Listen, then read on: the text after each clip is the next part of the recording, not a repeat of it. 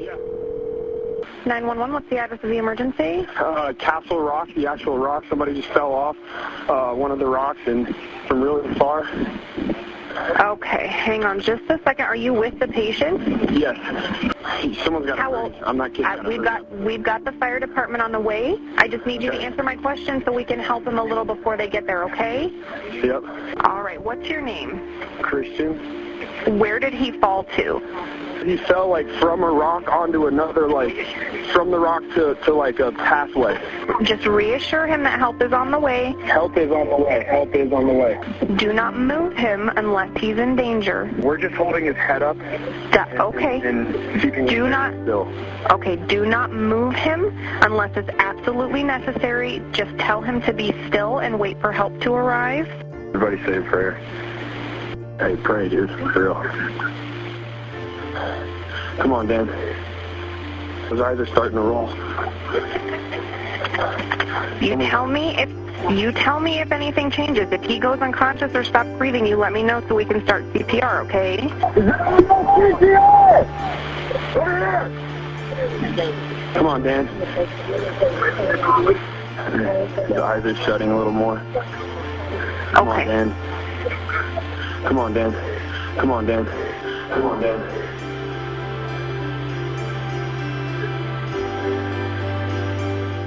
Yeah, I mean, when I see his eyes starting to roll back, I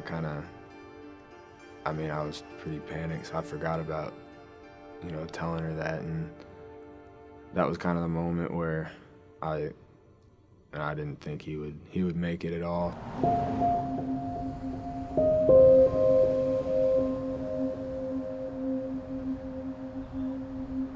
I was born and raised in Cincinnati, Ohio. We actually moved out here, my wife and I and 2 kids, about 7 years ago. So we've lived in Colorado since then. My parents have always loved coming out here to visit us. My dad is very active.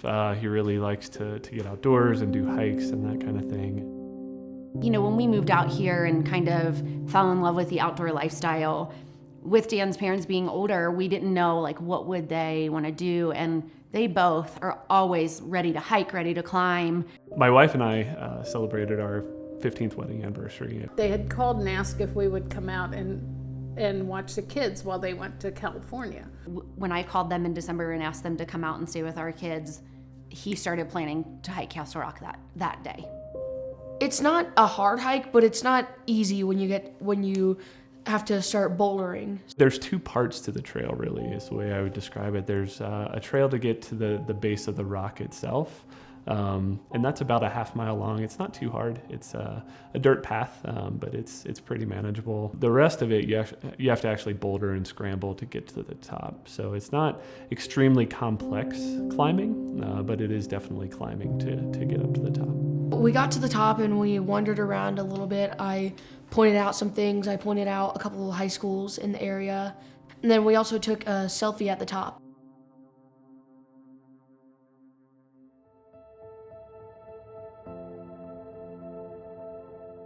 It was me, Max, Dylan, Mike, Brooke, and that was it. And my brother Dylan was in town from college, so this was his last day with us. And we wanted to do something fun in Colorado, so last minute we decided to go climb the rock. It was not even in our schedule for the day. It was really just kind of a spur of the moment decision for all of us. The timing of that day was very, very unique.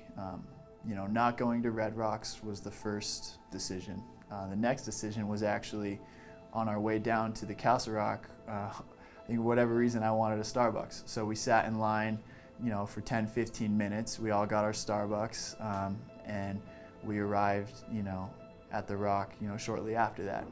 But once we had gotten to the top right before the summit, we stood and we're overlooking the views for about 5-10 minutes. And I don't know who it was in our group said, do you guys want to go to the very top?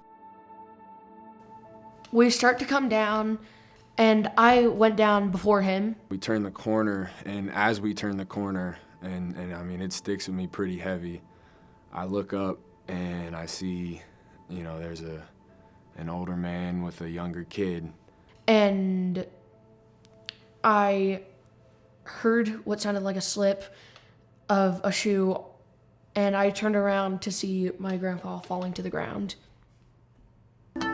Reports are coming in now that a man has fallen from Rock Park in Castle Rock, Colorado.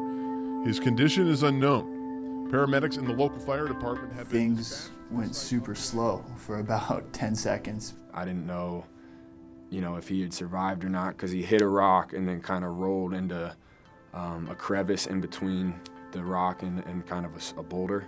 After it kind of resonates that, yes, this just happened and this is, reality right now, then your mind and body kind of goes into this hyperdrive mode. You think you know what to do in a situation like that, and you don't. And so I immediately didn't know what to do. I rushed to the ground. I got out my phone and I called my parents. I asked Eli to actually FaceTime me. I needed to see my dad. I needed to see how he was doing. I needed to see if he was breathing. And so Eli FaceTimed me, and right then, he pointed his phone down. He climbed up on a rock by where my dad was and pointed his phone down at him. And at that point, I saw my dad take a breath, and so I knew he was alive. Mike runs over there, and my older brother runs over there, and me and my little brother are trying to worry about the 911 call. Dan's eyes actually rolled to the back of his head, and I had my hand on his pulse the whole time, and I won't ever forget, it basically stopped. We were yelling around, does anyone know CPR? There was maybe 7 of us on the mountain, and none of us knew CPR. And I remember the gentleman across from me that was also holding Dan, he says, "You got to do something, man." I said, I don't know CPR. He says, "Well, you got to try." Mike was trying to give him chest compressions, and we didn't even know if that was going to work. I gave him my best. I put both my hands together and tried to pump on his chest the best that I could. And it was by a miracle or grace of God, whatever you want to call it, that he was able to come back to at least convulsing again. I felt like it was an hour by the time I called to the time the ambulance actually got there. But looking back, I looked at my call log. It took them only 11 minutes, which was pretty incredible that they, got up on top of a cliff that quickly. They did such a good job, and really let them take over. They put a neck brace on my grandpa, and then they slide a stretcher under him, and they carry him around the rock to the truck that they drove up. I'd be lying if I didn't think that as soon as he got in the ambulance, he was going to die.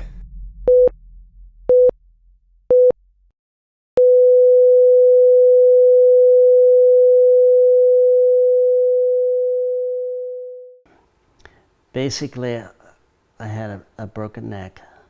I had a broken femur. I had a broken pelvis. I had 9 broken ribs, and I had some internal abdominal bleeding.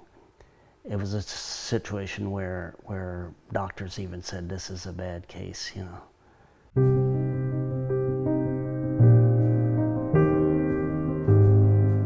So the next day, we all are at the hospital, and some good friends of ours had brought lunch for everyone, and we were in the ICU waiting room, just praying for lunch, praying for Dan Sr., and out of the side door, all these young men file in, and then parents. And I was like, oh, this must be the group that was at the rock. That's so neat that they came. They were very respectful, didn't say a word until we were done praying. Eli immediately turned around and was like, hey guys, what's up? I didn't recognize them. I didn't recognize Ed or Christian. I can't say that I had ever seen Christian without pads or a helmet or anything prior to that point, so just didn't make the connection. And it was when Lisa presented, I think it was the donuts and flowers, and this is my husband, Ed, and then McCaffrey, and I think there was a double take, and like Ed McCaffrey? Yeah, like Ed. But it was kind of a cool moment, and it wasn't even about that the whole time. It wasn't about, hey, we're the McCaffrey's. We just wanted to be there for them, and it was kind of cool to have an interaction like that before they knew too, and just to see that they're such a genuinely amazing family who is very caring, very loving, and that was a funny moment though, for sure. And right away, he was like, I don't want any, he didn't want any recognition. He's like, we were just there. Your son was the one that was amazing.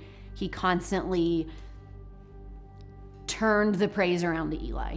It never matters, who you are unless you're a good person. And we saw that in the Smokers. And, while they were shocked that, we were who we were, they treated us just like normal people. They didn't start doing anything special. And they treated us just like they were before they knew. And to us, that meant a lot, because it's not about that, man. It's about just being a good person and being there for someone when they're struggling.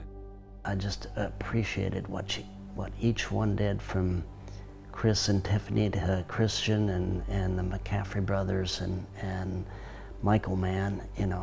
I just gained a real appreciation for what they did there. Read it aloud, baby. Okay.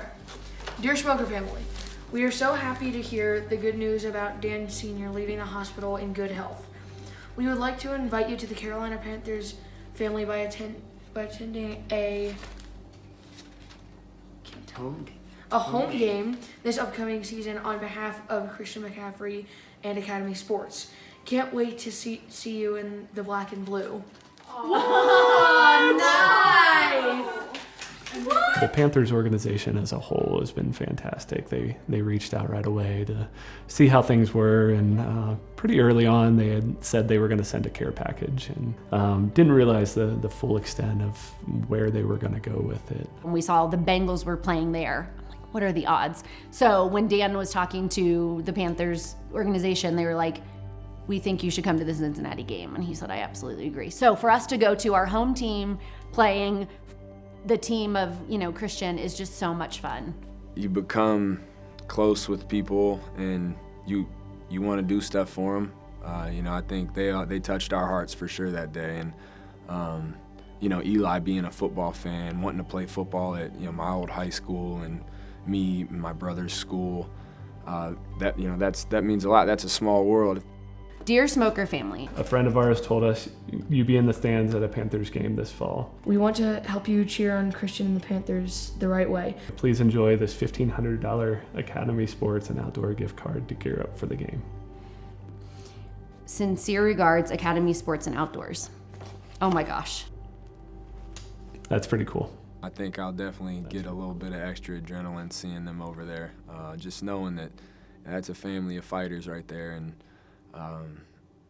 that man almost lost his life and didn't because he's a fighter.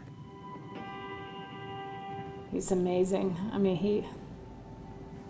he uses only a cane, and that he has been putting aside sometimes and walking on his own. He's not real steady yet, but he is walking on his own. He pretty much takes care of himself at this point. The physical therapist told me yesterday, if I keep progressing like I am now, I'll be able to walk another month or so without a cane. So yeah, I'm doing well. The thought of him getting to an NFL stadium, getting to watch one of the people that helped save his life, getting to be there with Eli and just experience all of that. It's really a culmination of all of this and kind of the goodness that went into all of this. To see the way that family has responded has made me, just cherish little things like, being with my family and even just hanging out in the backyard, just being present in the now. Life, you don't know what's going to happen, and that's part of the beauty of it, is that all you can control is your attitude and how well you live it. So to me, that's what I've taken from it, and what an inspiring family to take it from.